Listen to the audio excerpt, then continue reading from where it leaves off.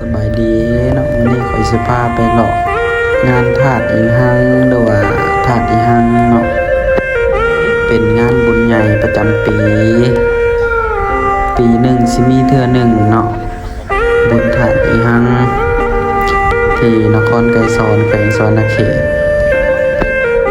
ไปสิมาก็มาได้เนาะเพิ่นเปิดงานวันที่25วันที่27เข้าไปเฮาก็ได้เอาธูปเทียนไปเพื่อแห่ตามความเชื่ออธิษฐานนี่เฮาก็ไต่ธูปไต่เทียนเนาะตามความเชื่อของบุคคลเฮาก็ย่างอธิษฐานรอบพระธาตุอีหังประมาณ3รอบเฮาสิตัดไปตอนแล้วเลยเนาะแห่แล้วแล้วก็มาปักธูปไว้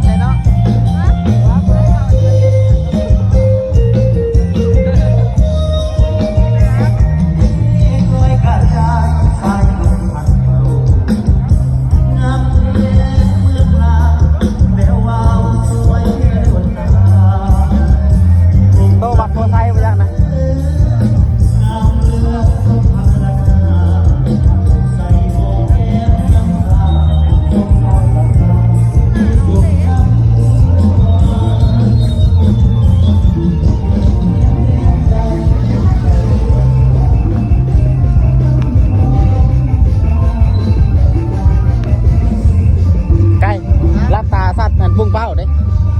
ได้ออก2-3ย้อนปลาสัตว์พุ่งเป้าเบี้ยวกินปะกูได้ยังเดียวรับตาปล่อยได้อยู่ปลาสัตว์พุ่งเป้าปะแต่ว่าในกูเลยป่ะในนี่ก็มีเต้พุ่งเป้าค่ะ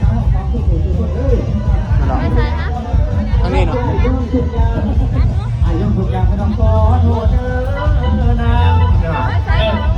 มาตัวพี่น้องเลยจ้าคุณน้อง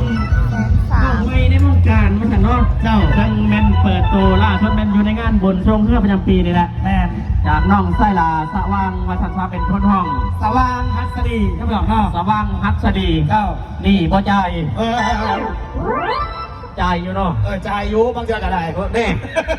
ทำเจ้าเร็วบางเทื่ออยู่ยังมีบางเทื่ออยู่บนนี้แมนเจ้าละกันบ้านน้องใหม่ๆด้วยกันแมน